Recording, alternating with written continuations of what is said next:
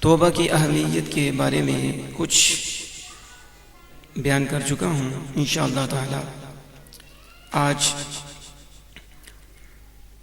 توبہ کی اہمیت اور کچھ اس کی فضیلت کے حوالے سے آپ کے سامنے گوش گزار کروں گا۔ اللہ پاک عمل کرنے آگے پھیلانے کی ہمیں توفیق عطا فرمائے۔ اللہ عز و جل قرآن پاک میں ارشاد فرماتا ہے، یا ایھا الذین آمنوا توبوا الی اللہ توبۃ نصوحا، اے ایمان والو توبہ کرو، توبۃ نصوحا، خالص توبہ کرو، ایسی توبہ کرو کہ اس کے بعد وہ گناہ نہ کرو۔ حدیث پاک میں آتا ہے، حضرت سعد بن مالک بن سنان خدری رضی اللہ تعالی عنہ سے یہ روایت ہے کہ نبی اکرم صلی اللہ علیہ وسلم نے فرمایا کہ تم سے پہلے ایک مرد تھا جس نے 99 قتل کیے، پھر اس نے لوگوں سے جو زمین میں سب سے بڑا عالم تھا اس کے متعلق پوچھا، تو لوگوں نے ایک راہب کی نشاندہی کی۔ پھر اس راہب کے پاس آیا تو اس سے کہا کہ اس نے 99 قتل کیے ہیں، تو کیا اس کے لیے توبہ ہے؟ فقال لا، اس نے کہا نہیں۔ فقتلہ، تو اس نے راہب کو بھی قتل کر دیا۔ فکمل بہ 100، تو اس نے اس کے ذریعے پورے 100 کر دیے۔ ثم سأل من اعلم اہل الارض، پھر اس سے پوچھا گیا کہ زمین والوں میں سے، پھر اس نے پوچھا کہ زمین والوں میں سب سے بڑا عالم کون ہے وہ بتاؤ۔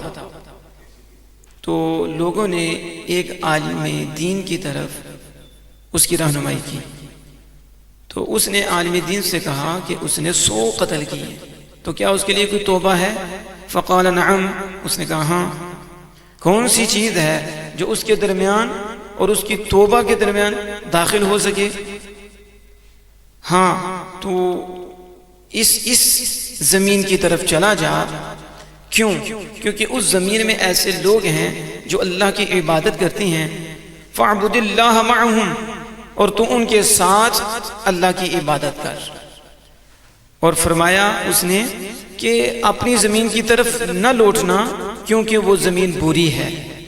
پس وہ چلا گیا یہاں تک کہ جب اس نے آدھا راستہ طے کیا تو اسے موت آ گئی۔ تو اس کے بارے میں رحمت کے فرشتے اور عذاب کے فرشتے جھگڑنے لگے۔ تو رحمت کے فرشتوں نے کہا کہ یہ شخص آیا تھا توبہ کرتے ہوئے اور اپنے دل سے اللہ کی طرف جھکتے ہوئے، تو دل سے ہی توبہ کرتے ہوئے یہ آیا ہے۔ اور عذاب کے فرشتوں نے کہا کہ اس نے تو کبھی بھی اچھا عمل نہیں کیا۔ تو بس ایک فرشتہ آدمی کی صورت میں ان کے پاس آیا، تو انہوں نے اس کو اپنا حکم بنا لیا۔ تو اس نے کہا کہ تم اپنے درمیان، زمینوں کے درمیان ناپ لو، مسافت ناپو کہ کون ان دونوں میں سے کون سی زیادہ قریب ہے، تو جس کے وہ قریب ہوگا وہ اسی کا ہوگا۔ تو انہوں نے زمین کو ناپا، تو انہوں نے اس کو اس زمین کے زیادہ قریب آیا جس کا اس نے ارادہ کیا تھا، یعنی نیک لوگوں کی بستی کے زیادہ قریب پایا۔ تو رحمت کے فرشتوں نے اسے لے لیا، اسے قبض کر لیا۔ ایک روایت میں آتا ہے کہ وہ سارے بستی کی طرف ایک بلشت قریب تھا، تو اللہ نے اسی بستی والوں میں سے اسے کر دیا۔ ایک روایت میں یہ آتا ہے کہ اللہ نے وہی فرمائی اس کی طرف، زمین کی طرف، کہ تو دور ہو جا، پھیل جا، اور جس طرف جا رہا تھا میں اس کے قریب ہو جا۔ تو ان کے درمیان جو فاصلہ تھا اس کو انہوں نے ناپا، تو انہوں نے پایا اس بستی کی طرف، اس زمین کی طرف، اس کو جو زیادہ قریب تھی ایک بلشت، پس اس کو بخش دیا گیا۔ ایک روایت میں یہ آتا ہے کہ اس نے اپنے سینے کو آگے کیا، بس اتنا سا آگے ہوا تو اللہ پاک نے اس کی بخشی فرما دی۔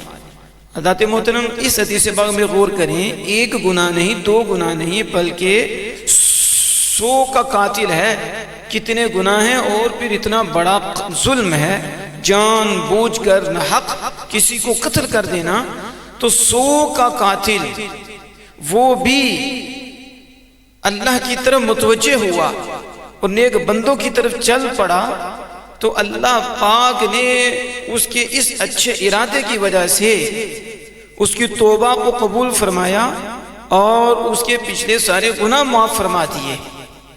تو اس حدیث سے پتہ چلتا ہے کہ بندہ جتنے بھی گناہ کر لے، جتنے بھی اس سے ہو جائیں، کرنے نہیں چاہیے، اگر ہو جائیں، نفس کی شامت کی وجہ سے بندہ ظلم کر بیٹھے، پھر بھی بارگاہ الہی سے دور نہ ہو، مایوس نہ ہو، نا امید نہ ہو، توبہ کا دروازہ کھلا ہے کہ وہ اللہ کی بارگاہ میں جھکے گا، اللہ پاک اپنے فضل و کرم سے اس کے سارے گناہ معاف فرما دے گا اور اس کا نامہ اعمال صاف فرما کر اس کے نامہ اعمال میں نیکیاں لکھ دے گا۔